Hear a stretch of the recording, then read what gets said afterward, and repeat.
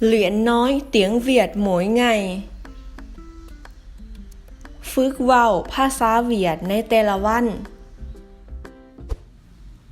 Tôi nghèo nhưng mà tôi không dễ mua đâu. Tôi nghèo nhưng mà tôi không dễ mua đâu. Tôi nghèo nhưng mà tôi không dễ mua đâu. ข้อยทุกข์แต่ข้อยก็บ่ได้ซื้อได้ง่ายๆดอกเฮามาอธิบายคำศัพท์ในประโยคนี้กันเนาะคำว่าแnghวหมายถึงทุกข์ยากลำบากยิ่งมาหมายถึงแต่ว่าเจหมายถึงง่ายมั่วหมายถึงซื้อเด้าแปลว่าดอกมาต่อที่ประโยคที่2กันเลย Lần này tôi tha cho bạn đấy. Lần này tôi tha cho bạn đấy. Lần này tôi tha cho bạn đấy. เทื่อนี้ขอยกโทษให้เจ้าได้ Lần หมายถึงครั้งเทื่อในหมายถึงนี่พี่เลินในหมายถึงครั้งนี้หรือว่าเทื่อนี้ถ้าหมายถึงให้อภัยเนาะหรือว่ายกโทษให้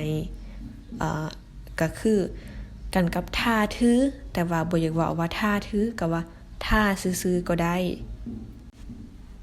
เดยหรือว่าเดยซึ่งคำนี้ก็แล้วแต่ละเขตแขวงจะออกเสียงเด้อมีมันจะมีความหมายว่าได้ในภาษาลาวเนาะเป็นคำสันธานอุทานอยู่ท้ายประโยคเด้อเฮ็ดให้ความหมายนั้นมีความเฮ็ดให้ประโยคนั้นน่ะมันมีความชัดเจนขึ้นเด้อทุกคนซึ่งก็มาต่อที่ประโยคถัดมาเนาะเอ็งดื่มก็น้อยเหนือเจียไตดิเอ็งดื่มcó nói nữa chia tay đi anh đừng có nói nữa chia tay đi อายบ่ต้องเว้าอีกเลิกกันซะสำหรับคำว่าดึงจะมีความหมายว่าอย่าบ่ต้องน้อยหมายถึงเว้าเหนือหมายถึงอีกส่วนคำว่าเจียไต้หมายถึงเลิกกันเนาะ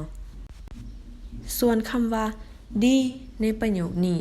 จะอยู่อันท้ายประโยคจะแปลว่าสาเถาะตีหรือว่าแม่หรือว่าเถิดเนาะตัวอย่างว่าเจียไต้ดี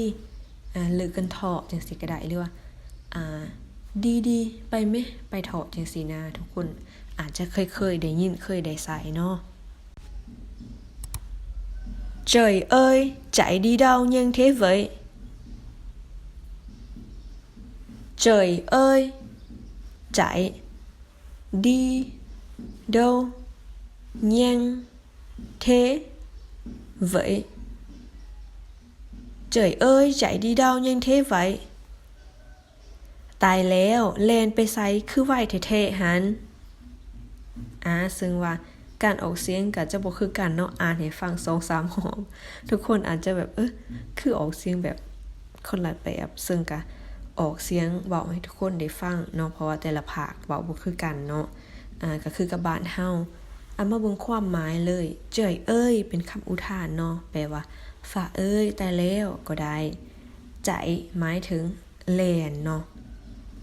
ดีใจดีก็หมายถึงแล่นไปเด้าหมายถึงว่าใสอยู่ใสบนใดแย่งหมายถึงไหวส่วนคำว่าเทก็จะแปลว่าแนวนั้นดังนั้นดังสันแบบนั้นเนาะไหวเมื่อมันมาอยู่หลังประโยคก็จะเป็นแบบคล้ายๆคำอุทานเนาะ ที่จริงไหวกับเทนี่มีความหมายเดียวกันเลยแปลว่าอันแนวนั้นดังนั้นจังสารเนาะคือแบบนั้นแต่ว่าเฮามาแปลให้มันเป็นคำที่แบบเฮาเว้าแบบเน้นย้ำประโยคนั้นแบบมีไม้ถ่วงน่ะมันจะแปลแบบคือประโยคนี้จะแปลว่าแล่นไปไสคือไว้แท้ๆหันจังซั่นน่ะความหมายว่าเห็นเหตุการณ์เกิดขึ้นแบบนั้นน่ะก็จะใส่คำแบบนี้ลงท้ายเนาะcó nhiều đây thôi à có nhiều đây thôi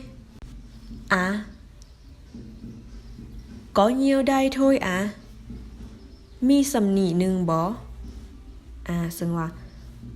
ประโยคนี้นะมันจะคล้ายๆว่าสั้นๆกระทัดๆเนาะก็จะอธิบายน้อยนึงซึ่งคำว่าเหี่ยวก็ย่อมาจากบ้าวเหี่ยวความหมายของการซื้อความหมายประโยคนี้ก็คือเกาะบ้าวเหี่ยวได้โทยความหมายก็คือมีสำนีเท่านี้เนาะได้หรือว่าเด้ยนี่หมายถึงว่านี่พี่เกาะเหี่ยวได้ก็มีความหมายว่ามีสำนีมีเท่านี้จังซี่นะ